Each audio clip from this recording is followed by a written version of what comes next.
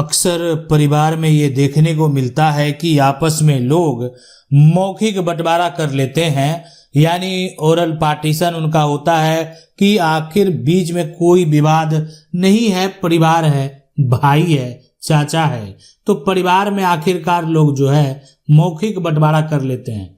तो आखिर मौखिक बंटवारा को लेकर विवाद क्यों हुआ?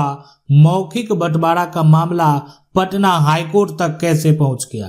क्या है मौखिक बंटवारा का कानूनी मान्यता? क्या अगर आप अपने जमीन का मौखिक बंटवारा करेंगे तो उसका मान्यता है या नहीं है? कानून क्या कहता है?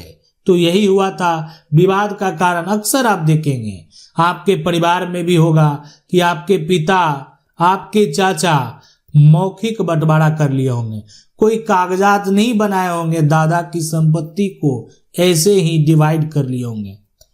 आखिरकार विवाद क्या हुआ, विवाद की वजह यहाँ पर क्या हुई और क्यों मामला जो है ये पटना हाईकोर्ट तक पहुंच गया? तो अब यहाँ पर देखें कि जो है गांव में एक बड़ा परिवार था, पांडे परिवार। परिवार के मुखिया की मृत्यु के बाद उनकी जमीन भाइयों यानी श्री कृष्ण पांडे और राम नगीना पांडे के हिस्से में थी। तो होता है ना कि पांडे परिवार में अब जो है बड़ा परिवार था, गांव का जो घर का मुखिया है, आप कह सकते हैं घर का मुखिया अक्सर जो है वो पिता है, घर का जो मुखिया है वो चाचा है। तो जो भी है वहां पर ये कह सकते हैं कई साल पहले दोनों भाइयों में आपसी सहमति मौखिक रूप से जमीन का बंटवारा कर लिया गया था। कोई दिक्कत नहीं था कि आपस में ज्वाइंट फैमिली है और अलग हो गए, बांट लिए, किस खेत पर कौन खेती करेगा ये सब तय हो गया था। दोनों अपने हिस्से की जमीन पर खेती भी करने लगे थे। अरे आज भी देख रहे होंगे, आज विवाद नहीं है ना, लेकिन आपका विवाद नहीं है तो अच्छी बात है। इसलिए लेकिन आपके जो पूर्वज हैं, पिता हैं, दादा हैं, परदादा हैं, वो मौखिक तौर पर ही ये सारा कुछ किए हुए हैं, लगान देने लगे और सालों तक जो है कोई विवाद नहीं हुआ। अरे दो भाई था तो विवाद कैसे होता? कोई भी समस्या नहीं था। लेकिन आखिर समस्या जब उठा तो मामला पटना हाईकोर्ट तक पहुंच जाता है। अब यहाँ पर जो है इनके विवाद में जो अगर देखा जाए तो कोई ये कह रहे हैं कोई मौखिक जो है बंटवारा नहीं हुआ है, हम अपने हिस्से पर हैं। ये कह रहे हैं कि नहीं कोई मौखिक बंटवारा नहीं हुआ, हम अपना हिस्सा पर हैं, ये इनका कहना है। समय बीतता गया लेकिन बाद में अगली पीढ़ी में विवाद शुरू हुआ। दो भाई में कोई दिक्कत नहीं हुआ, अगला पीढ़ी जो है राम नगीना पांडे के परिवार ने कहा कौन सा मौखिक बंटवारा, कोई रजिस्ट्री कागज तो नहीं है, कोई भी पंचनामा तो नहीं बना है। आज लोग जो बंटवारा करते हैं ना तो पंचनामा बनवा लेते हैं और उसमें जमीन मेंशन करके और पूरा कागजात तैयार होता है और दोनों उस कागजात के आधार पर अलग अलग दाखिल खारिज करवाते हैं। पहले ऐसा नहीं हुआ, दो भाई थे, कोई दिक्कत नहीं था। दूसरी तरफ श्री कृष्ण पांडे बोले कि हमारे पिता जो है के समय से हम अपने हिस्से पर खेती कर रहे हैं, लगान भी हम देते हैं, यही साक्ष्य है।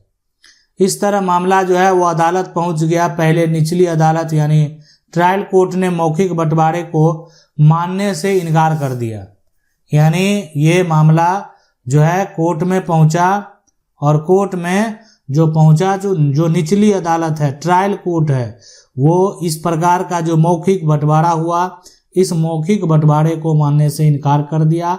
यानी निचली अदालत यानी सिविल कोर्ट ने इस मौखिक बंटवारे को नहीं माना।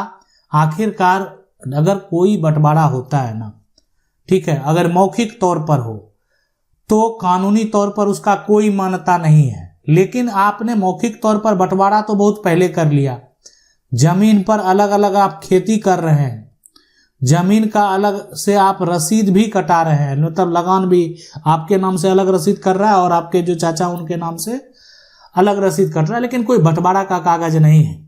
ऐसे केस में क्या होता है कि जब अलग अलग रसीद कट रहा है, जमीन का पोजीशन अलग अलग है, खेती अलग अलग कर रहे हैं, तो इससे यह जाहिर होता है कि कहीं ना कहीं बंटवारा जो है एक तरह से पूर्वज के द्वारा, पिता के द्वारा, चाचा के द्वारा कभी ना कभी किया गया है। लेकिन किया गया है, अब इसका कोई साक्ष्य नहीं है, प्रूफ नहीं है। तो वो प्रूफ नहीं था तो निचली अदालत ने इसको मानने से तो इनकार कर दिया। लेकिन आगे जब मामला जाता है तो क्या होता है, इसको आप जरूर देख लें। अब अगर इस केस की बात करें ना, तो ये फर्स्ट अपील 219 जो है ना 19 और 1999 श्री कृष्ण पांडे वर्सेस जो है राम रंगीला पांडे के बीच का विवाद है। 7 अगस्त 2020 को जो है यानी हाईकोर्ट का ये बड़ा ही ऐतिहासिक फैसला यानी बड़ा जजमेंट आपको देखने को मिलेगा। कोर्ट में केस फाइल किया गया और जो है अपील जो किया गया है वो फर्स्ट अपील है ये, और उसको अप्रूव कर लिया गया। अब श्री कृष्ण पांडे ने पटना हाईकोर्ट में अपील दायर की। न्यायालय ने दोनों पक्ष के साक्ष्य सुने, गवाहों को परखा और देखा कि जमीन पर कब्जा और उपयोग पोजेशन जो है एंजॉयमेंट मौखिक बंटवारे के अनुसार ही हो रहा था। यानी हर तथ्य को देखने के बाद जो है हाईकोर्ट ने ये बड़ा ही ऐतिहासिक फैसला सुनाया। हर तथ्य को देखा गया, लगान रसीदें तक को देखा गया, अलग अलग नामे से बन रही थी। और ये बड़ा सवाल है, अगर ये नहीं बनता तो हाईकोर्ट ने जो है भी इस प्रकार का जजमेंट नहीं दे पाते कि ओरल पार्टीशन को मान्यता मिले। अरे कौन सा ओरल पार्टीशन, कब्जा अलग अलग था, ये बात बिल्कुल सही है, लेकिन लगान रसीदें अलग अलग होने के चलते ठीक है बंटवारा का कोई कागजात नहीं हुआ, लेकिन जमीन का रसीद तो अलग अलग कट रहा है। जमीन का रसीद अगर अलग अलग कट रहा है और जैसे रसीद कट रहा है उसी के हिसाब से अगर पोजेशन कायम है, कब्जा है, उपयोग लोग कर रहे हैं, तो इसका मतलब है कि जमीन का बंटवारा ये लोग कभी पहले किए हैं, अपने नाम अलग अलग करवाए हैं और आप जो है आप आपस में लालच हो गया, किसी को आपसी जो है विरोध हो रहा है। तो कोई आपसी विरोध भी नहीं था उस समय, जब तक जो है नया विवाद खड़ा नहीं हुआ। यानी आज ये नया विवाद खड़ा करके जो है आपस में लड़ रहे हैं। साफ मतलब यही है कि पहले इस जमीन का बंटवारा हुआ है। तो हाईकोर्ट ने यानी ऐतिहासिक फैसला सुना दिया और कह दिया कि नहीं, ओरल पार्टीशन जो है ये मौखिक बंटवारा जो है इसको मान्यता देते हैं, ये वैलिड है। न्यायमूर्ति आदित्य कुमार त्रिवेदी ने कहा कि अगर बंटवारा पहले मौखिक रूप से हो चुका था और दस्तावेज केवल उसका जो है यहाँ पर स्मरण पत्र जो भी है तो रजिस्टर्ड कराने की जरूरत नहीं होती है। पहले हो चुका है, समय बहुत बीत चुका है, सभी लोग जमीन का जमाबंदी जो है अलग अलग करवा चुके हैं, जमीन का सभी लोग जो है रसीद अलग अलग कटा रहे हैं और साथ में जमीन का जो पोजीशन है वो भी अलग अलग है, तो दिक्कत कहाँ है। मौखिक बंटवारा साबित जो है यहाँ पर वैध था। अपीलकर्ता जो है श्री कृष्ण पांडे का दावा सही था। निचली अदालत का जो आदेश है उसको हाईकोर्ट ने क्या किया, रद्द कर दिया। यानी जो निचली अदालत ने जो फैसला दिया था उसको हाईकोर्ट के द्वारा जो है रद्द कर दिया गया। आखिरकार ये जो जजमेंट है, ये जो फैसला है, इस फैसले से आखिरकार आप क्या सीखे, यानी ये जो जजमेंट है आखिर क्या सीख दिलाता है कि आपस में अगर आप मौखिक बंटवारा कर रहे हैं ना, कोई दिक्कत नहीं है, करना है, लेकिन आपका मौखिक बंटवारा के साथ साथ आपको उससे संबंधित जो है कागजात तैयार कर लेने हैं। और जो कागजात आपने तैयार करेंगे, कागजात आपका तैयार जो है वो कर लेना है। और जैसा आप जो है एक तरह से कागजात तैयार करेंगे उसी हिसाब से जमीन का आप पोजीशन पर भी चले जाएंगे, यानी कब्जा भी आपका उसी हिसाब से होना चाहिए जो एक तरह से आप कागजात तैयार किए हैं। ठीक है, बहुत लोग क्या कर लेते हैं कि जमीन का पंचनामा बनवा लेते हैं।